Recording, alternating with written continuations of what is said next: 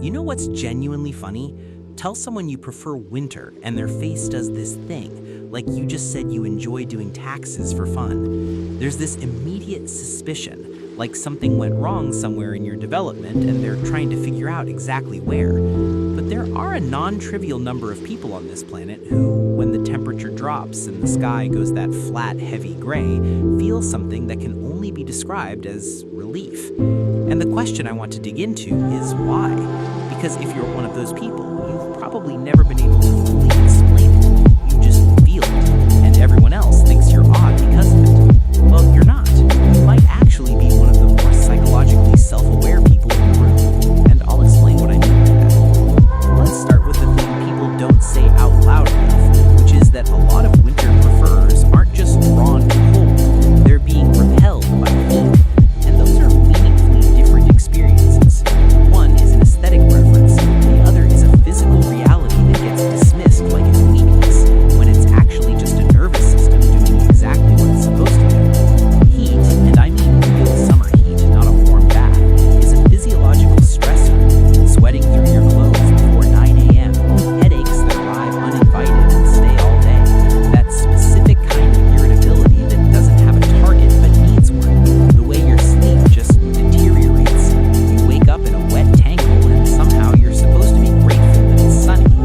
The bright, unfiltered light alone can feel like something drilling into your skull if you're even mildly sensitive to sensory input. Summer people thrive in that. Good for them, genuinely.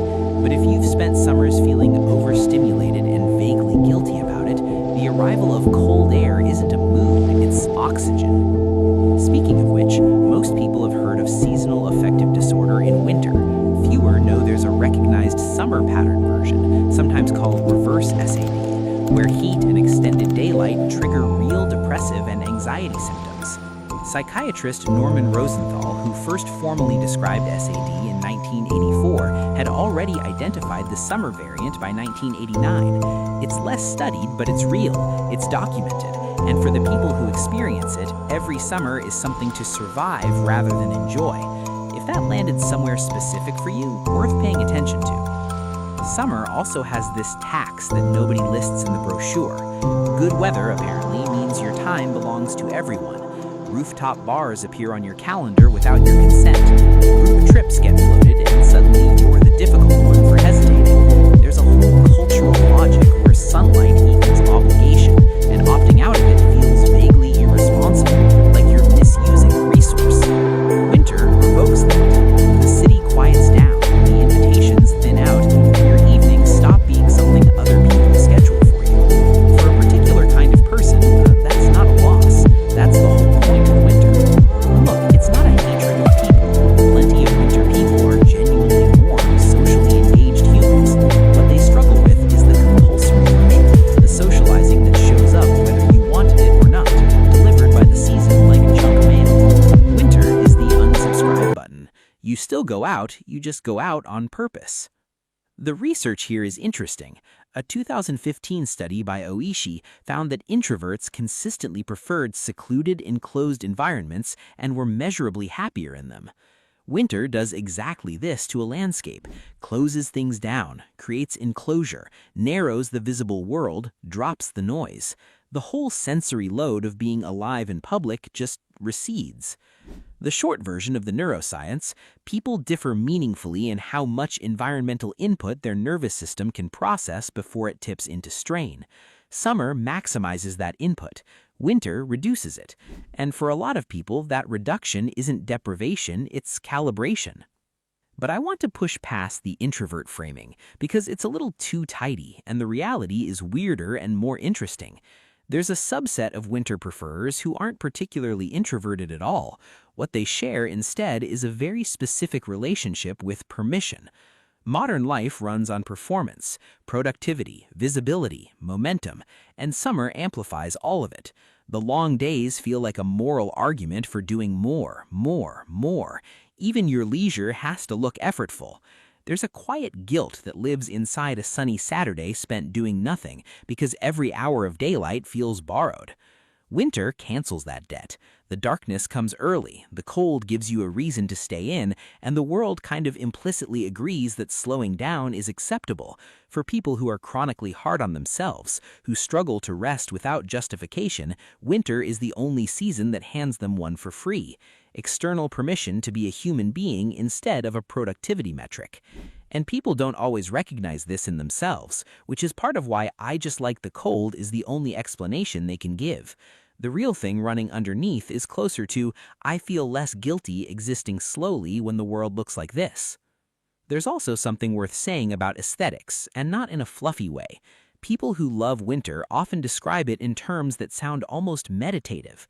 The quiet after heavy snowfall, the way sound gets absorbed, the particular color of light at 4 p.m. in December, that specific blue-gray that sits just before dark, which is honestly kind of extraordinary if you've ever stopped to notice it.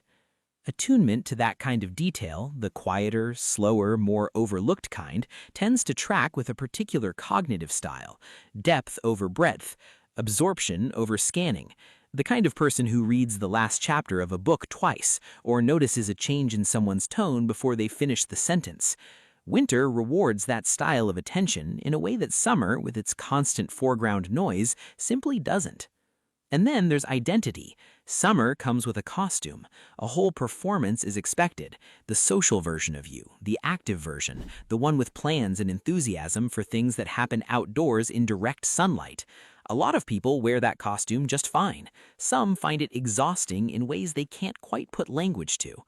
Winter gives you your actual face back, the version that exists at home, in your own rhythm, without an audience. And for people whose inner life is richer than their outer presentation, which is more people than you'd think, that return feels like taking off shoes you've been wearing for 6 months straight.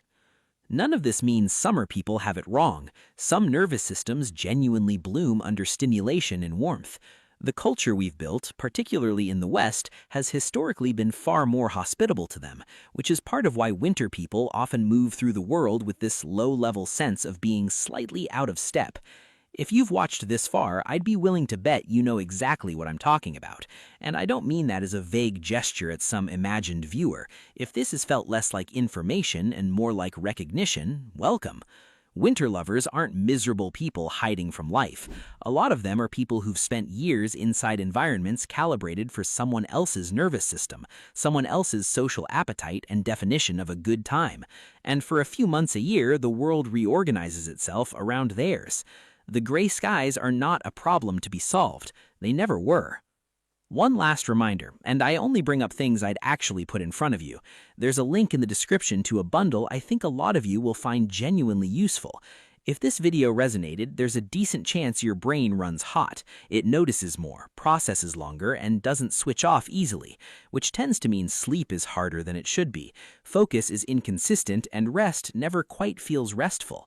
The bundle covers exactly that: a sleep guide, a dopamine reset, a focus rebuild, and a mental clarity planner, each with daily actions, not just information, because information without structure is just more noise. Pinned in the comments too, worth a look.